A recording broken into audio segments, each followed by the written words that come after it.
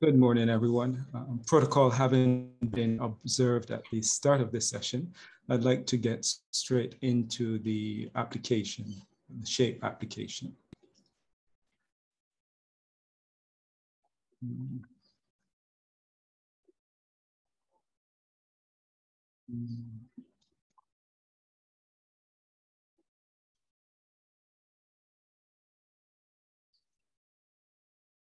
Good morning, everyone. Once again, S.H.A.P.E, by its acronym, stands for Disease Surveillance Health Information Management Center Administration, Personnel Management, and Electronic Interfacing. Your first question is, or I should think, would be, what exactly is S.H.A.P.E? And I like to see S.H.A.P.E as a tool, a system, and a way of thinking.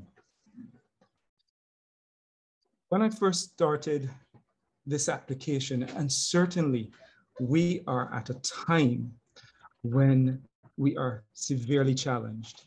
And Niels Bohr is quoted to have said that every great and deep difficulty bears in itself its own solution and forces us to change our thinking in order to find it. And certainly that is where we are in this pandemic.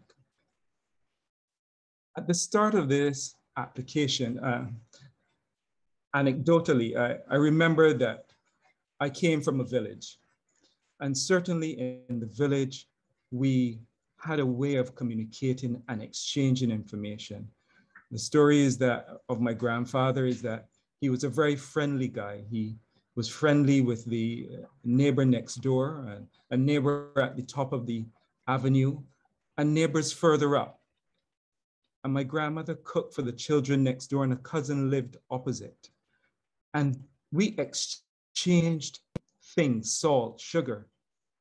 And then, as my second image shows you, I moved to the terraces and the developments and built a bigger place. And I wasn't very friendly with my neighbor next door. And I knew people kind of by passing and by their car, but we weren't linked. And I found when I started this development of this application is that we built our things similarly, or our software, we built it. We built huge silos and we were great at collecting data, but somehow we never broke into these silos. We never built bridges to other silos. And so we had houses of data that we never really used effectively. And so I started to think that in order to do things well in this pandemic, we needed to shape our way of thinking. We needed to shape it differently. And so came the system S.H.A.P.E. And this is just a brief overview. There are a lot of other connections to S.H.A.P.E. But the area that you can see in blue here really represents the core of the S.H.A.P.E. application, where we have surveillance, the approved accommodations, polyclinics and testing, isolating centers, and all linked, whether it's by data sets or by APIs or other connections to things like the Electoral and Boundaries Commission, which is our authentic data set of citizens and residents, whether it is our immigration data set, which connected to S.H.A.P.E. via an API, which is our authentic data set of persons coming into Barbados. And then out of that, you can see the other connections to S.H.A.P.E. in general, where you see here the Barbados Tourism Product Authority, public and private laboratories, and even our own solution for geofencing. All of these things are connecting using the village mindset, but with modern technologies to allow us to share and exchange information. And as I say that, it brings me clearly on to S.H.A.P.E., the tool in itself. And what does it actually do? We already have various processes in place. We have years of and ways of doing things, and S.H.A.P.E., the tool, reinforces these established processes. It standardizes and increases efficiency in the data capture. As you could imagine, we all have well-tested, tried and true paper-based systems. And what this COVID experience has taught us certainly is that while we need backups, certainly we cannot handle the pace at which data is coming into it just using our paper-based systems. We now have a tool that facilitates greater information exchange. It regulates the access and monitors activity because, of course, as we move to the more digital environment, we need to understand what is happening behind the scenes. And certainly we need to control who has access to the information. And the other things that you can see as well, it allows us to monitor trends, generate reports, enhances collaboration. And because S.H.A.P.E, the tool is a modular build, it then offers us and creates opportunities for additional input and output. So having made that brief overview of S.H.A.P.E, the vision for S.H.A.P.E, the way of thinking, S.H.A.P.E, the system and the tool, I'd like to show you some of the key things about the application itself. The application is built with a responsive technology, so works on any web-enabled browser, and it sizes well whether it is on your desktop, laptop, or your mobile phone. There are key things about the application that I referred to before. So we have data sets that are, if you like, embedded in the application, the ICD-10 data sets, which are approximately just over 12,000 records, list of registered professions, educational institution, list of vaccinators, radiological investigations. It seeks to include, and then those things that are not embedded in the application, we can exchange information via various connections. So we have a national list of doctors, the approved accommodations that I referred to earlier, connections with BIMSAFE, immigration laboratories, and our own Electoral and Boundaries Commission. Just to give you an idea of its usage, there are currently 59 testing centers that have access to S.H.A.P.E, 121 vaccination centers. Its users, over 1,200. And you can see from the information I've laid before you, the public rapid test certificates it has issued, 23,000, 260,000 PCR test certificates. And through its relationships, we have issued with a European authority, we issue now sealed vaccination certificates, 22,000 that can be used and throughout Europe. And our own, we have our own methods of, if you like, validating our own PCR certificates as well. And the system has already done more than 129,000 vaccination first doses. And we have recorded just over 90,000 people who are fully vaccinated. As I mentioned before, S.H.A.P.E is modular, and we have these 8 or 10 modules that you can see before you, and is growing as demand because of the development. It's an agile development cycle that I've used for building the S.H.A.P.E application, so we respond to changes as they are made. Just to give you a quick look at some of the things within S.H.A.P.E as well, you can see that there are maps, and where we are currently heading, Barbados has already mapped the entire country and through the Land and Surveys Department. And part of the goal as we move forward is to integrate these. So we can drill right down to the very house, and it allows us to look at clusters. It looks, and we can almost trace paths of disease. And that's where S.H.A.P.E is headed. In addition to those maps, which would be like heat maps, we can see the approved accommodations already within S.H.A.P.E as well. And we can drill right down. So this assist us with our geofencing solution. And certainly I'll be interested to hear from my brother in Antigua about all the work that they're doing there as well, because this is the Caribbean telecommunications. We're doing things. And if we are going to be the power that we can be in the world, we have to, again, take that village mindset and share it within the region so that we can leverage on the strengths of each other.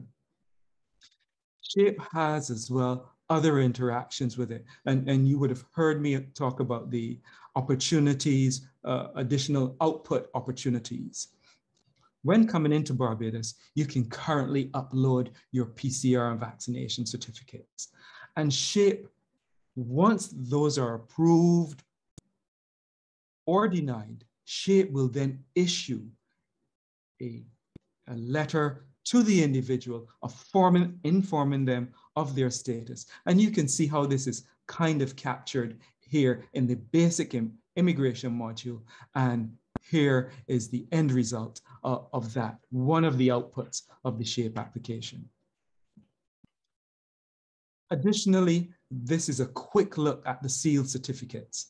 With a simple button click, we can issue the PCR certificate, which has its own barcode at the bottom. And here is a look at our vaccination certificate, which has a QR code in the top, which allows us to have that certification internationally throughout Europe. And certainly at the bottom for our local events and other things that are in the pipeline, we can see the local barcode, which allows validation of the information on this certificate.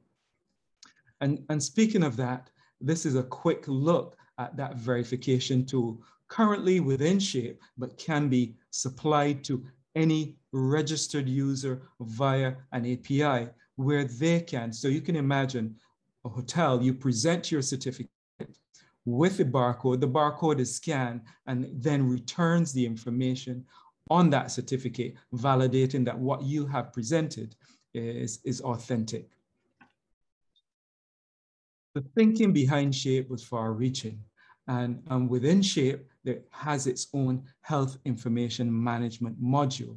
And this is a quick look at the review of systems, which someone being admitted to facilities, you can follow the standard procedure. And certainly when they're admitted to various, let's say facilities again, and they're admitted to beds in those facilities, this note. So you have their electronic health record, which when the clinician gets to the bed, it can pop up and tell you the current status of that individual. And you can also record the standard things that you would expect, the vitals, you can request radiological examinations, you can even request the diet for that individual, and that information can then be processed at the kitchen and deliver to the bed what is actually required, to the person what is actually required. Obviously, if you are in decision-making processes, you would need some kind of reports coming out of the system. And this one gives you a quick comparison of the vaccination doses. As I said, we're over this 125,000 first doses, and this says that over 98,000 by now persons have received their second doses. And this gives you a running total of your information, and you can search it by anything. So you can have what's your running total for the day. S.H.A.P.E issues numerous kinds of reports. And here we're looking at the age range and gender in the PCR testing. One of the important things for us coming out of this whole COVID experience, of course, can we tell at any point? So these two graphs give the positivity rate, if you like, and the 7-day rolling average. So at any point, you can see the trends. How are we trending at the moment? And this takes you right up to the current analysis. Where are we? Just below a level of 6 of the positivity rate.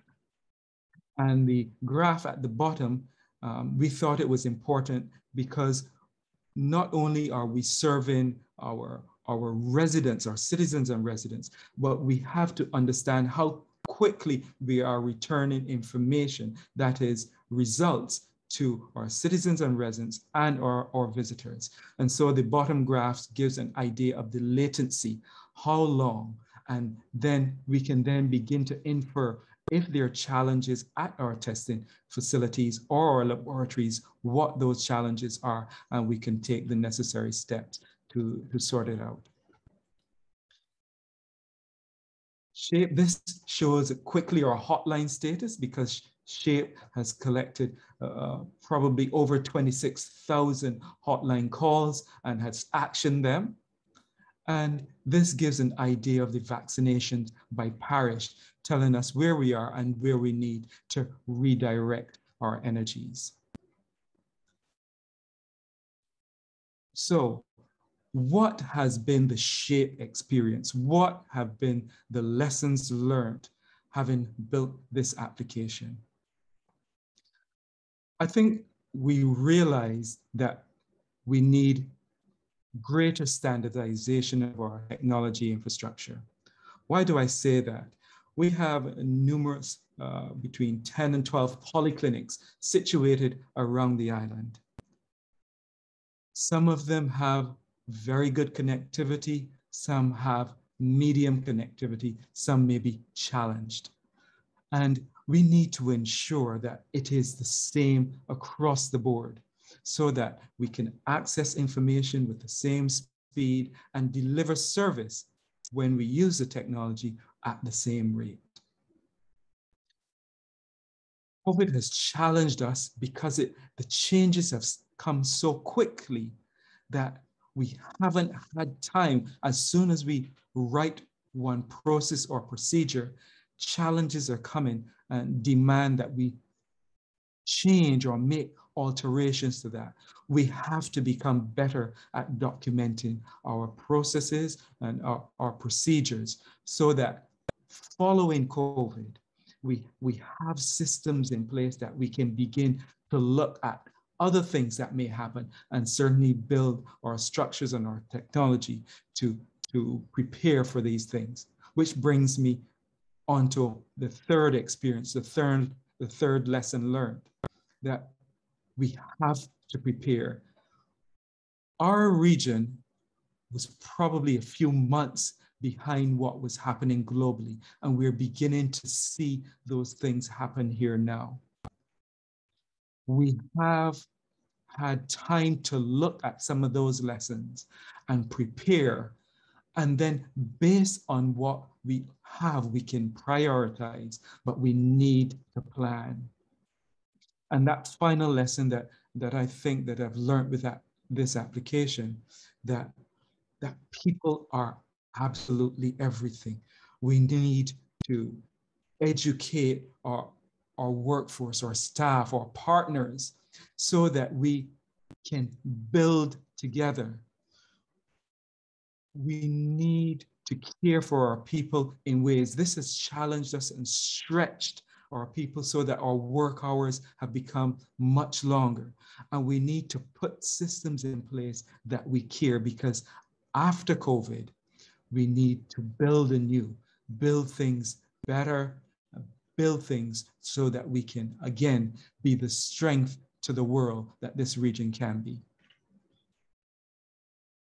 I'd like to close here by leaving this thought with you.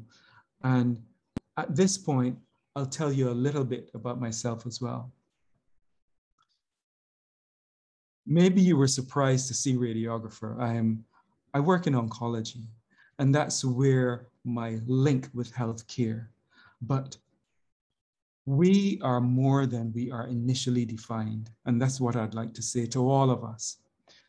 S.H.A.P.E came from a need, and a radiographer who had experience, who ran a software development company back in the late 90s, who is a judoka, who is a family person. We can do many things other than what we are defined as, and I'll use inverted commas there. We are approaching a new age of synthesis. Knowledge cannot be merely a degree or a skill. It demands a broader vision, capabilities in critical thinking, and logical deduction, without which we cannot have constructive progress. Ladies and gentlemen, I want to thank you very much for this opportunity to share my passion, to share S.H.A.P.E with you. Of course, I'm available if persons would like to have a deeper discussion on the S.H.A.P.E application. I'd like to extend thanks to Secretary General Rodney Taylor for inviting me to share at this forum.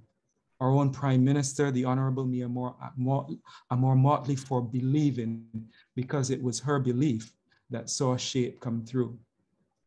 Our own Dr. Annalie Babb for seeing the potential, for the team of the Ministry of Health and Wellness, and certainly to my family who have put up with me all these late nights. Ladies and gentlemen, I thank you for your time. Thank you. Thank you very much, Ian. This was a really excellent presentation. To be honest, I've never seen a solution like this before. Ian, you actually, this is an excellent demonstration of people, processes, and technologies all integrated. And you said something there that you shape the concept of S.H.A.P.E, or your thinking behind it partly is to share the village mindset across the Caribbean. And I think that is those statements resound really deeply with me, and I'm sure with a lot of the participants online. I also like the notion of the local solution and the local verification aspect of the barcode tools, and as well as its relevance and its applicability at the international level. So you're thinking local, but you have the ability to scale globally, and all those concepts and thoughts inside of your design and your architecture is to be essentially amazing. I just have one question at this point, and I don't know if we probably get a few questions. I'm not sure if we're capturing feedback, but I want to ask you this, Ian. Is S.H.A.P.E, I guess you may have thought of it, is S.H.A.P.E an early prototype for some sort of smart city solution? Or can you see S.H.A.P.E evolving? I can see it, but I don't know if you have anything to say on that. That's my impression. Certainly. You're picking my brain now. I'm smiling because that's where we have to head. And we have been, through COVID, we have been pushed quickly in this direction because we cannot serve the needs of our populace with archaic systems. And that's what COVID has shown us more than anything. And I think that we have to take this opportunity to learn and learn quickly. And we cannot any longer buy siloed products that don't connect to anything else and don't serve us. We have to start looking deeply within ourselves and within the region and build those things that we can connect. We have to connect, otherwise we'll be left in the dust.